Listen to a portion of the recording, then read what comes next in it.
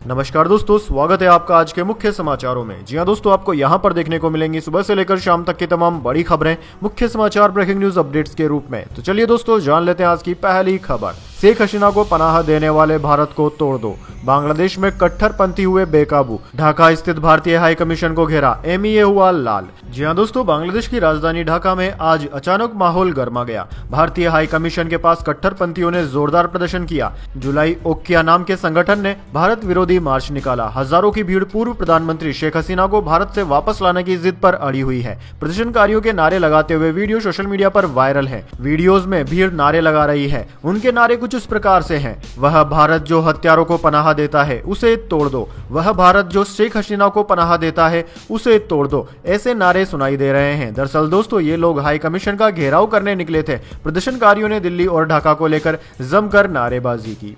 चलिए दोस्तों, जान लेते हैं अगली खबर। इथोपिया के बाद ओमान पहुंचे प्रधानमंत्री मोदी, मस्कट में भारतीय समुदाय को संबोधित करेंगे। सुल्तान हैतम बिन तारिक से द्विपक्षीय बैठक होगी।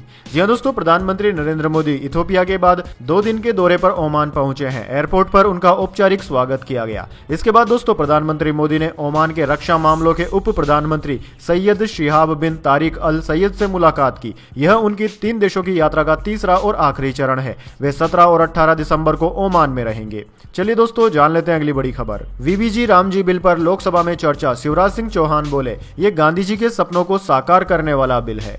जी हां दोस्तों, 20 साल पहले बने नरेगा कानून को मोदी सरकार खत्म करके नया जी राम जी कानून बना रही है। लोकसभा में बुधवार को ये बिल पेश हुआ, जिस पर चर्चा जारी है। इसके लिए 6 घंटे का समय तय किया गया है। इस विधेयक का विपक्ष ने विरोध किया, क्योंकि पहले दिन से विपक्ष ने इस कानून में से महात्मा गांधी का नाम हटाने और राज्यों के सिर पर 40% का बोझ डालने का विरोध किया है। केंद्रीय मंत्री शिवराज सिंह चौहान ने यह विधेयक सदन में पेश किया, जिसके बाद सत्ता पक्ष और विपक्ष के बीच तीखी बहस देखने को मिली। बिल पेश करते हुए शिवराज सिंह चौहान ने कहा कि वीबीजी रामजी बिल महात्मा गांधी के सपनों को साकार करने वाला विधेयक है। हालांकि विपक्ष ने इस विधेयक का कड़ा विरोध किया।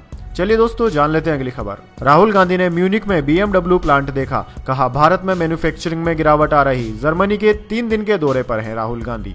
जी हां दोस्तों, कांग्रेस नेता राहुल गांधी ने बुधवार को जर्मनी में कहा कि मैन्युफैक्चरिंग मजबूत अर्थव्यवस्थाओं की रीढ़ होती है। दुर्भाग्य से भारत में मैन्युफैक्चरिंग में गिरावट आ रही है। विकास को तेज करने के लिए हमें ज्यादा से ज्यादा उत्पादन करना होगा, मैन्युफैक्चरिंग का इकोसिस्टम बनाना होगा। राहुल गांधी प्रोग्रेसिव अलायंस के आमंत्रण पर 3 दिन के दौरे पर आज जर्मनी पहुंचे। ये अलायंस दुनिया भर की 117 प्रगतिशील राजनीतिक पार्टियों का एक प्रमुख समूह है। राहुल गांधी ने पहले दिन म्यूनिक स्थित ऑटोमोबाइल कंपनी BMW के मुख्यालय का दौरा किया। चलिए दोस्तों, जान लेते हैं अगली खबर। एक्सप्रेस वे पर गाड़ियां अब 60 की स्पीड में चलेंगी। योगी मथुरा हादसे के बाद सख्त हुए, बोले अफसर फील्ड में उतरे।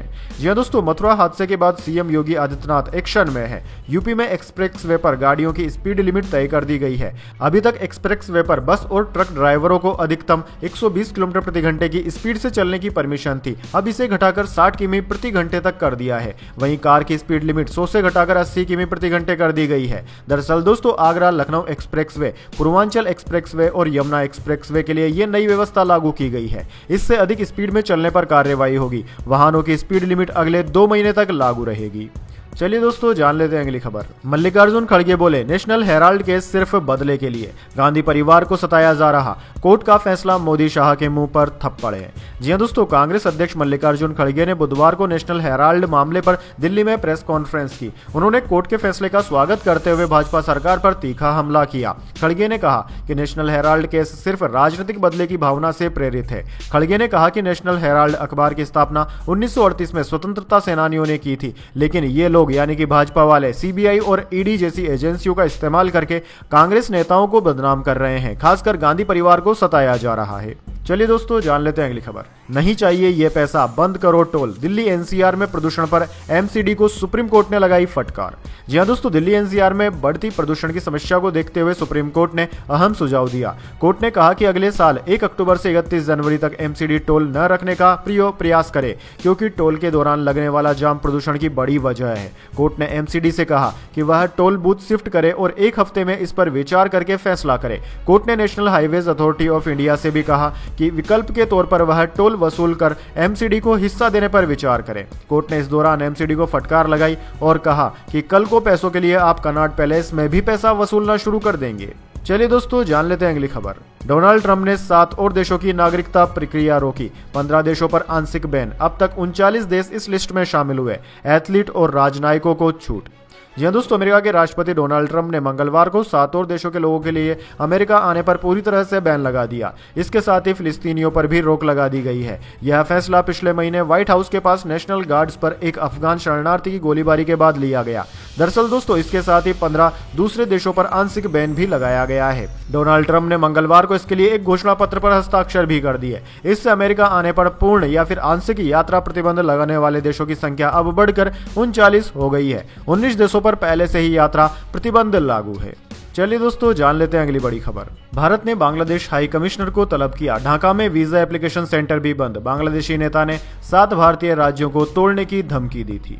जी हां दोस्तों, भारत सरकार ने बुधवार को बांग्लादेश के हाई कमिश्नर रियाज हमीदुल्लाह को समन किया है। यह कदम ढाका में भारतीय उच्चायोग को मिली एक हालिया धमकी के बाद उठाया गया है। दरअसल दोस्तों भारत ने इस मामले पर बांग्लादेश सरकार के सामने औपचारिक रूप से अपनी आपत्ति दर्ज कराई है। हालांकि भारत सरकार ने अभी यह स्पष्ट नहीं किया है कि धमकी किस तरह की थी या कहां से आई थी, लेकिन इसे एक गंभीर सुरक्षा चिंता के तौर पर देखा जा रहा है। इसी बीच ढाका में भारतीय वीजा एप्लीकेशन सेंटर को भी बुधवार दोपहर 2 बजे से बंद कर दिया गया। दरअसल जुलाई एकता नाम के संगठन ने बुधवार को भारतीय उच्चायोग की ओर मार्च निकालने का ऐलान किया था।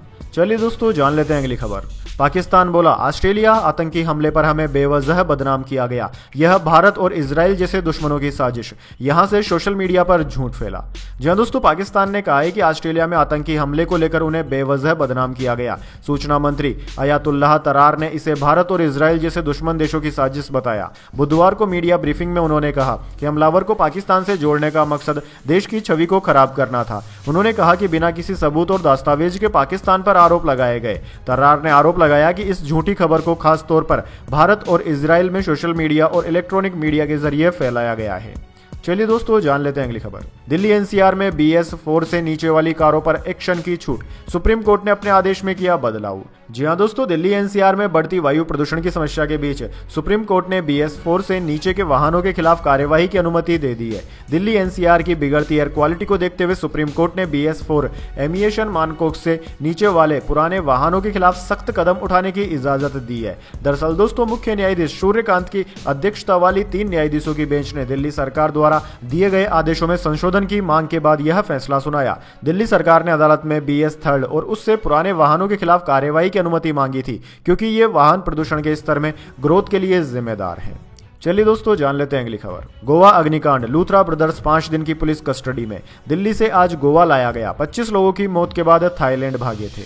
जी दोस्तों, गोवा के night club Birch by Romeo Lane अग्निकांड मामले में मुख्य आरोपी सौरभ लूथरा और गौरव लूथरा को नॉर्थ गोवा की एक कोर्ट ने बुधवार को 5 दिन की पुलिस कस्टडी में भेज दिया। पुलिस आज सुबह दोनों को दिल्ली से गोवा लेकर आई थी। जिला अस्पताल में 2 बार हेल्थ चेकअप के बाद दोनों को कोर्ट में पेश किया गया। इससे पहले दोस्तों दोनों को मंगलवार को थाईलैंड से दिल्ली लाया गया था। भारतीय सुरक्षा अधिकारी दोनों भाइयों के साथ मंगलवार दोपहर करीब 2 बजे इंदिरा गांधी अंतर्राष्ट्रीय एयरपोर्ट पर उतरे। दिल्ली एयरपोर्ट पर गोवा पुलिस की टीम ने दोनों को एयरपोर्ट पर गिरफ्तार कर लिया था। चलिए दोस्तों जान लेते हैं अगली खबर। चांदी पहली बार 2 लाख रुपए प्रति किलोग्राम के पार। 1 से 2 लाख रुपए होने में 9 महीने लगे। 50,000 से 1 लाख 14 साल में पहुंची थी। जी हाँ दोस्तों, चांदी आज पहली बार 2 लाख रुपए के स्तर को पार कर गई। इंडियन बुलियन ज्वेलर्स एसोसिएशन यानी कि IBJA के अनुसार सुबह 1 किलो चांदी 2,750,000 रुपए पर ओपन हुई। हालांकि इसके बाद इसकी कीमत में थोड़ी गिरावट आई और ये 7,664 रुपए बढ़कर 1,99,641 रुपए प्रति किलोग्राम पर बंद हुई। इससे पहले चांदी की कीमत 1,91,977 रुपए प्रति किलोग्राम थी। वहीं दोस्तों दूसरी ओर सोने की कीमतों की बात करें तो दोस्तों आज 24 कैरेट शुद्धता वाला सोना भी 540 रुपए बढ़कर 1,32,317 रुपए प्रति 10 ग्राम पर पहुंच गया। इससे पहले इसकी कीमत 1,31,777 रुपए प्रति 10 ग्राम थी। चलिए दोस्तों जान लेते हैं अगली खबर। राजस्थान MP के 38 शहरों में तापमान 10 डिग्री से कम। यूपी में घना कोहरा। श्रीनगर में -1.8 डिग्री तापमान। दिल्ली दुनिया का तीसरा सबसे प्रदूषित शहर बना।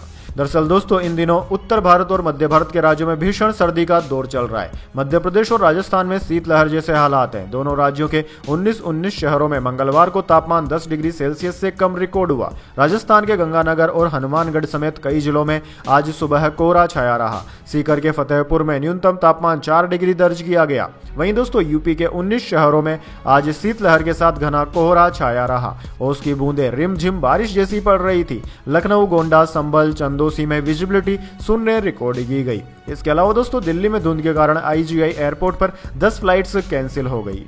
चलिए दोस्तों जान लेते हैं अगली खबर। CNG और घरेलू PNG 1 जनवरी से सस्ती होगी। कंज्यूमर्स को हर यूनिट पर 2 से 3 रुपए की बचत। गैस रेगुलेटरी बोर्ड ने ट्रांसपोर्टेशन चार्ज घटाए। जी हां दोस्तों, देश भर के कंज्यूमर्स को जल्द ही CNG और घरेलू पाइप्ड नेचुरल गैस PNG सस्ती मिलेगी। Petroleum and natural gas regulatory board PNGRB ने गैस ट्रांसपोर्टेशन चार्जेस को कम करने और सरल बनाने का ऐलान किया है। दरअसल दोस्तों जो 1 जनवरी 2026 से लागू हो जाएंगे।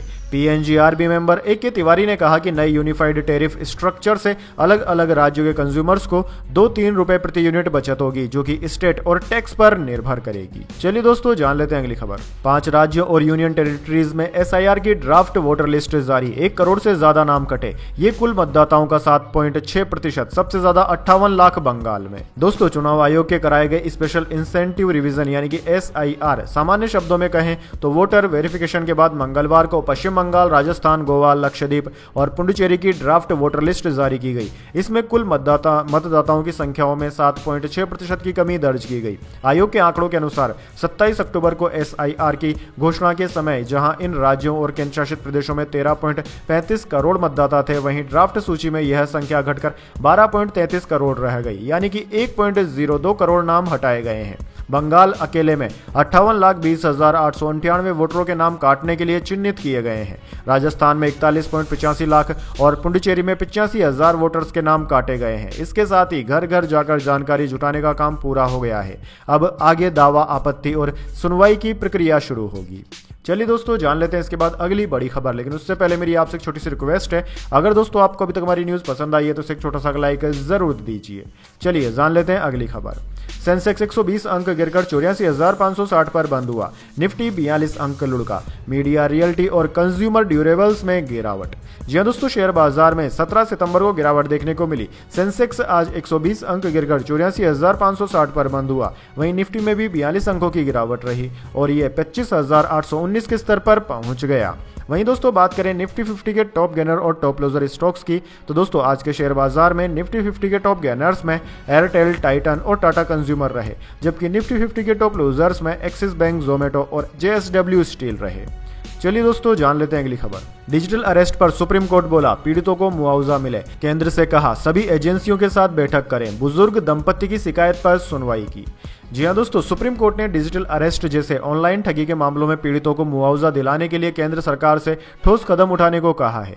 दरअसल दोस्तों हरियाणा के बुजुर्ग दंपति की शिकायत पर सुनवाई के दौरान कोर्ट ने चिंता जताई कि साइबर अपराधी इस तरीके से देश से बेहद बड़ी रकम बाहर भेज रहे हैं। मुख्य न्यायाधीश सूर्यकांत की अध्यक्षता वाली बेंच ने कहा कि यह देखकर हैरानी होती है कि इन ठगों ने देश से कितना पैसा बाहर भेज दिया। अटॉर्नी जनरल ने बताया कि केंद्र सरकार एक इंटर मिनिस्ट्रियल यानी कि कई मंत्रियों की संयुक्त बैठक बुलाने जा रही है, जिसमें डिजिटल अरेस्ट से निपटने की रणनीति पर चर्चा होगी।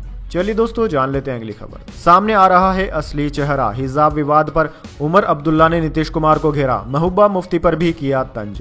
दरअसल दोस्तों डॉक्टर्स के नियुक्ति पत्र वितरण कार्यक्रम में बिहार के मुख्यमंत्री नीतीश कुमार का हिजाब हटाना अब विवाद की शक्ल ले चुका है। एक महिला को नियुक्ति पत्र सौंपते समय नीतीश कुमार ने उसका हिजाब खींचा, जिसे लेकर बिहार से जम्मू कश्मीर तक सियासत गर्म हो गई है। पहले जम्मू कश्मीर की पूर्व मुख्यमंत्री महबूबा मुफ्ती ने इसे लेकर सीएम नीतीश कुमार पर हमला बोला। वहीं अब मुख्यमंत्री उमर अब्दुल्ला का भी बयान सामने आया है।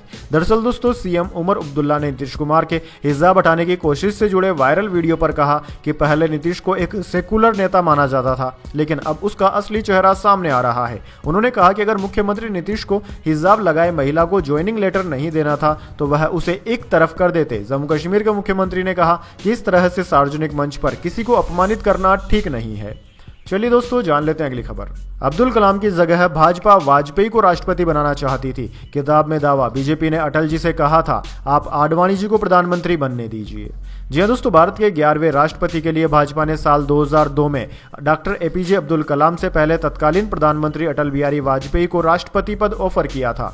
पूर्व प्रधानमंत्री वाजपेयी के करीबी अशोक टंडन ने अपनी किताब अटल संस्मरण में इसका खुलासा किया। दरअसल दोस्तों इस किताब के अनुसार भाजपा ने वाजपेयी से कहा था कि पार्टी चाहती है कि आपको राष्ट्रपति भवन चले जाना चाहिए, आप प्रधानमंत्री पद लालकृष्ण आडवाणी को सौंप दीजिए। हालांकि वाजपेयी ने इस प्रस्ताव को साफ ठुकरा दिया। टंडन के अनुसार वाजपेयी ने कहा था कि मैं इस तरह के किसी भी कदम के पक्ष में नहीं हूं, मैं इस फैसले का समर्थन नहीं करूंगा। चलिए दोस्तों जान लेते हैं अगली खबर। एपस्टीन सेक्स स्कैंडल फाइल्स खुलने में 2 दिन बाकी, ट्रंप का नाम आया, दुनिया भर के नेता बिजनेसमैन में डर, क्या कोई भारतीय भी है शामिल।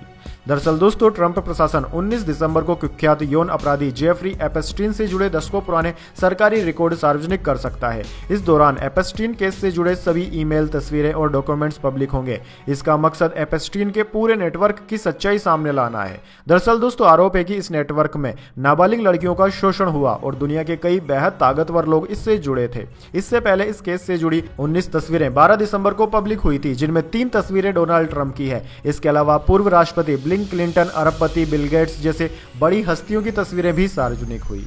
चलिए दोस्तों जान लेते हैं अगली बड़ी खबर। धुरंधर की सफलता से अक्षय खन्ना को नहीं पड़ा फर्क, फिल्म के कास्टिंग डायरेक्टर मुकेश छाबड़ा ने बताया एक्टर का रिएक्शन, बोले हाँ मजा आया।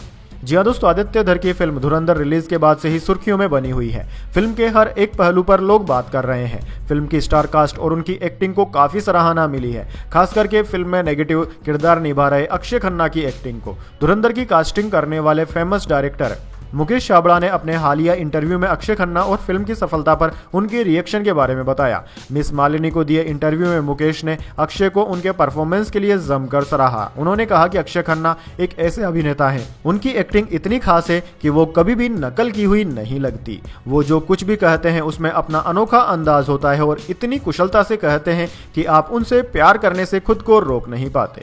चलिए दोस्तों जान लेते हैं अगली खबर। ऑस्कर अवार्ड की रेस में film home bound best international feature film category में टॉप 15 में बनाई जगह, करण जौहर ने जताई खुशी। जी हाँ दोस्तों, डायरेक्टर नीरज घेवान की फिल्म होम बाउंड को 98वें अकादमी अवार्ड्स यानी कि ऑस्कर अवार्ड्स में best international feature film category की टॉप 15 में शॉर्टलिस्ट कर लिया गया है। फिल्म में ईशान खट्टर, विशाल जेठवा और जानवी कपूर मुख्य भूमिकाओं में है। Academy of Motion Picture Arts and Sciences ने मंगलवार को 12 कैटेगरी की शॉर्टलिस्ट शेयर की। वहीं इंटरनेशनल पिक्चर फिल्म कैटेगरी में कुल 15 फिल्मों को चुना गया है। इनमें से आगे चलकर सिर्फ 5 फिल्मों को फाइनल नॉमिनेशन मिलेगा। इन नॉमिनेशंस की घोषणा 22 जनवरी 2026 को की जाएगी। इसके बाद ऑस्कर अवार्ड्स का इवेंट 15 मार्च 2026 को होगा।